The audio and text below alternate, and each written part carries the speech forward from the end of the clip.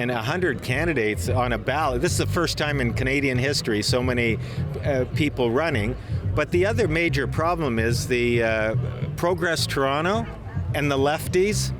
You know, they know that the voter turnout's going to be very low, and they're going to have NDP members from all over Ontario coming in to pull out the vote. Only 29% of people voted in the election in October. That's appalling.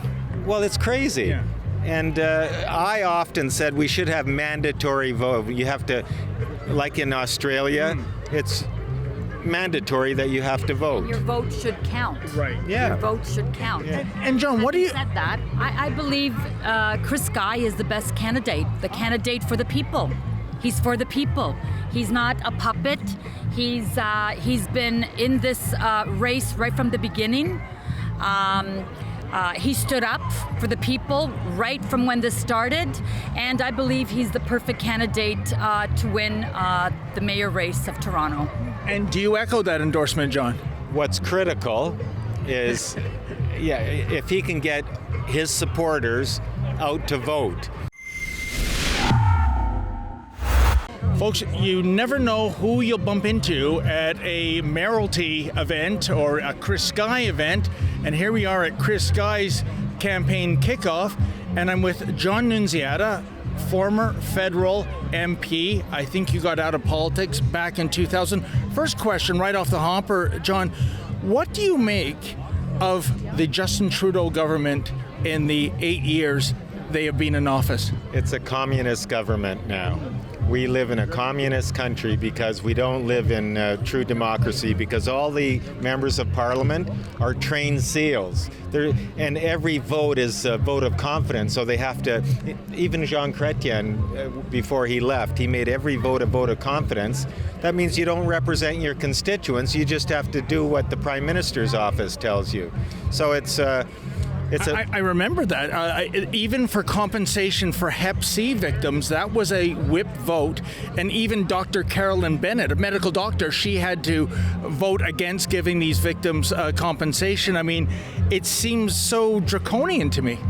It is very. So that's why I think at some point we should get rid of political parties and we should elect the best candidate in every riding. And when they go to Ottawa, they select the Prime Minister. And I used the Jack Layton example when he was popular. I forget the election, what year it was, but he didn't have enough candidates in Quebec, so he went to McGill University, put 4 students, my son was there at the time, he wasn't a candidate, and then he had a 5th riding.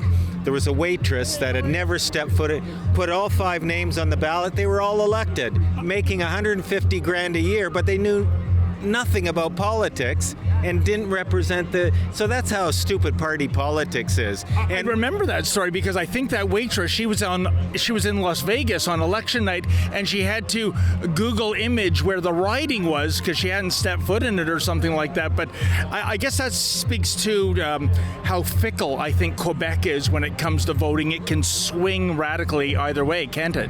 The other problem is that you need an effective opposition. So in 1993, when we, the Liberals, formed a government, I was part of the Rat Pack, and the big issue was getting rid of the HST. Yes. We promised to do it, and so we got rid of a number of conservative ministers, and then after we were elected, Jean Chrétien did not keep the promise. Yes. That's why I left the party. And it was over the GST issue, eh? Well, because we weren't keeping and we criticized Brian Mulroney for not keeping his promises and not doing what he said he would do, and etc. But here was the other problem, is that only 2 conservatives were elected in 1993. Yes. There were a lot of good, even though they were across the aisle, there were a lot of good conservative MPs that would have made the whole system better if they were still elected. Like, we were in the opposition, and I was elected in 84, and then 88 we lost that election as well, but 93 we won. So if you have a good opposition, then it makes it more democratic. Yeah, I remember 1993. That was when Kim Campbell was the leader of the Conservative Party, and you're right, they were reduced to a party where you could have a caucus meeting in a Mazda Miata. Hello, sir. Yeah, so anyways, and even now today, when I give the general public, they don't know anything about democracy now. Whenever I give a lecture, I could even ask everyone at this event, put up your hands if you know who your MP is, put up your hands if you know who your MPP is, your city councillor. Most people cannot name all their elected officials. Then I asked them the critical question. I said, since the last municipal, provincial, and federal election, put up your hands if you've reached out to your elected official and expressed your point of view on a subject, like COVID and all that stuff. No one did. And or you ask for help. No one asks politicians for help anymore. It's tragic, John, I think. They're not able to give help. Yeah, and I bet if you ask these same people what is the latest bathing suit Kim Kardashian is wearing, they'd go on chapter and verse. But, you know, you strike me much like another former federal Liberal. That would be Dan McTeague. He sat 18 years in the House, also got out of politics around when you did. And I see people like McTeague, like yourself, as being classical Liberals. I see this party right now so far to the left that, I mean, it makes you wonder what's the role of the NDP anymore. Actually, not long ago, we had a get-together at Queen's Park of all the former members of Parliament, and all the Liberal members that we were there with, we were all critical of Mulroney. We said it's no longer the Liberal Party that what we represented back in the 80s and the 70s. Now it's just pure nonsense. Oh, I totally agree. And what do you make too? I mean, there is so much vilification out there regarding Justin Trudeau, but an equal amount, I would argue, for Jagmeet Singh for just playing it both ways on Twitter, calling out the Prime Minister and the Liberals, but always supporting him in the House. What do you make of this? Well, that's again why we don't live in a democracy. The NDP merged with the Liberals, and they promised that they would not vote against a vote of confidence, causing an election. So the NDP are crazy too, or the leader of the NDP. It's almost an irrelevant party now. Well, exactly. The next federal election, how is the NDP going to be critical of Mulroney and or Chrétien and the... Poilievre? No. How are they going to be, critical of Justin Trudeau? Yeah, 100%. Because I thought the reason they did it is because they knew they would never form a government. They would merge into one party. Well, I never thought of it that way, but I think you're right. I don't see them forming a government, especially with the stance they've taken. But, John, from federal politics to municipal politics, this is a City of Toronto election like no other. 102 candidates. First of all, what do you make of this race? It's nonsense, because I suggested to the Premier that he appoint someone as mayor to save millions of dollars, and 100 candidates on a ballot. This is the first time in Canadian history so many people running. But the other major problem is the Progress Toronto and the lefties. You know, they know that the voter turnout's going to be very low, and they're going to have NDP members from all over Ontario coming in to pull out the vote. Only 29% of people voted in the election in October. That's appalling. Well, it's crazy. Yeah. And I often said we should have mandatory vote. You have to, like in Australia, it's mandatory that you have to vote. Your vote should count. Right. Yeah. Your vote should count. Yeah. And John, what do you... Having said that, I believe Chris Guy is the best candidate, the candidate for the people. He's for the people. He's not a puppet. He's been in this race right from the beginning. He stood up for the people right from when this started, and I believe he's the perfect candidate to win the mayor race of Toronto. And do you echo that endorsement, John? What's critical is, if he can get his supporters out to vote. So I think I've been through a lot. My sister's a city councillor. My son is a TDSB trustee. Yes. So over the years, you know that you can't just run an election. You have to identify your voters, and on election day have an outside scrutineer, an inside scrutineer. And if Chris is able to get his people out to vote, he stands a bigger chance of winning. That is fascinating, but as you know, the polls show Olivia Chow as the prohibitive favorite. First of all, do you think the polls are right on this? And my personal opinion, John, I think if someone that far to the left becomes mayor of Toronto, especially with the strong mayor powers, we're looking at the descent of this city going the Portland, Oregon route. Your thoughts? Our city will be destroyed. Our crime rate is one of the highest in North America now. Our traffic problem, they just did a study, is the biggest because they put bike lanes everywhere. Yeah. And the lefties, they want to change the name of Dundas, defund the police. That's Olivia Chow. Yeah. And thank God that Josh Matlow is running too. So the lefties are going to split some votes, but also all the other candidates on the right, Anna Bayo, Mark Saunders, they're going to divide that vote. So everyone, what they're trying to do is get their basic supporters out to vote, because if there's only 20% of people voting, you can become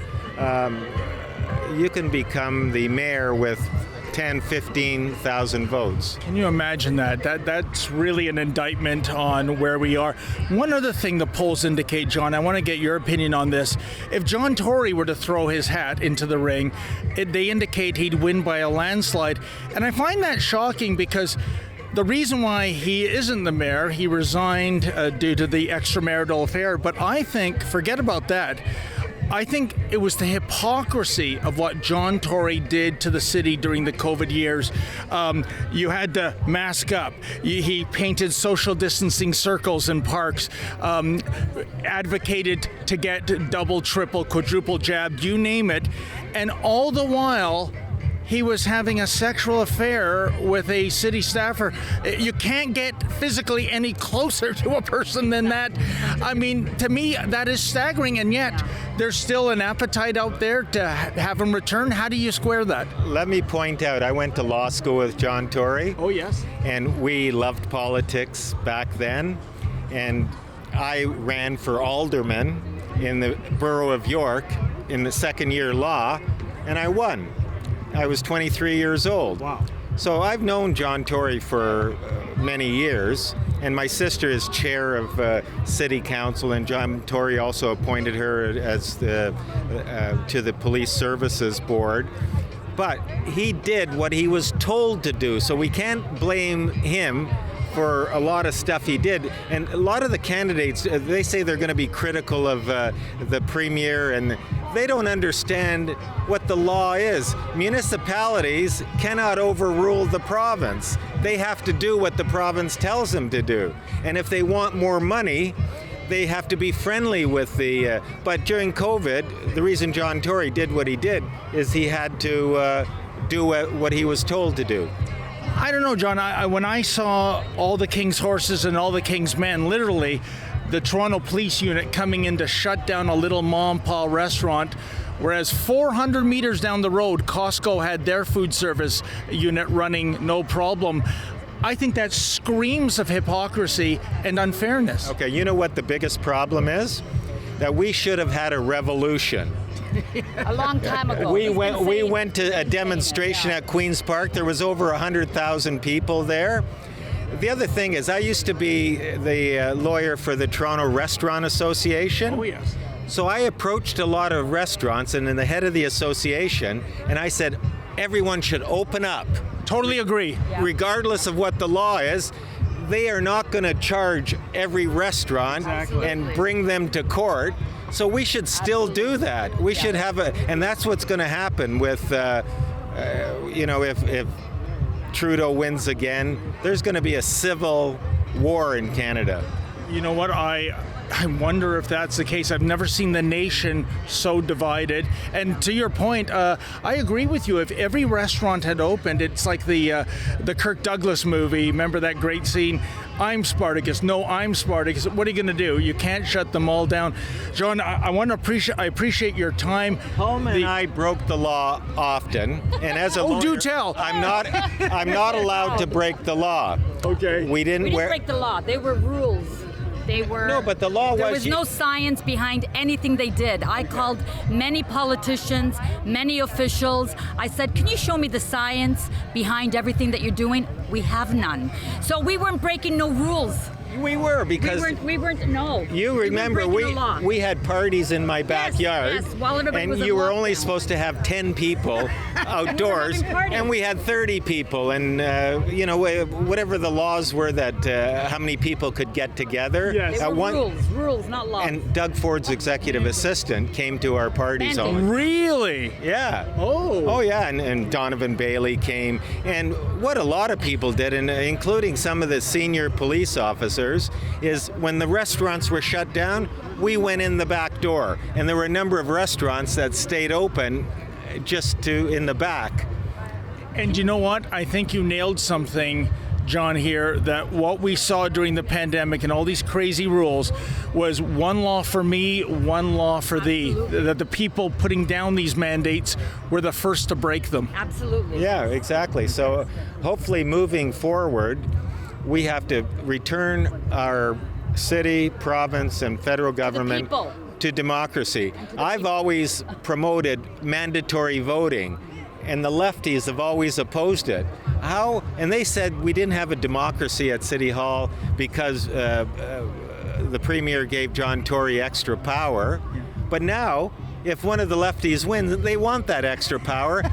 But how can only 29% of and those who were elected got less than 50% of the councillors, so they're not really representing their constituents. Actually, my councillor, her name is Amber Morley, we had a public meeting because they want to put bike lanes on Bloor Street, and everyone in our community was at the meeting, and they went up to her and said, we're opposed, we're opposed, we're opposed. And she said, I'm in favor. I said, Amber, you're supposed to represent your constituents. You don't represent the left wing. You have to listen to what your constituents say, and when you go to City Hall, represent them. You're not going to get re-elected in the next election. I'm going to run my son against you. Fantastic. John, one last question. Who do you think, in your mind as opposed to your heart, who do you think is going to win this thing come the end of June? Whoever has the best organization and does what they have to do in order to win. Like, there's only one candidate, and Chris, I think, should do what that one candidate did, is have a mail drop across the whole city. And if you do a mail drop, they know who he is and what he stands for.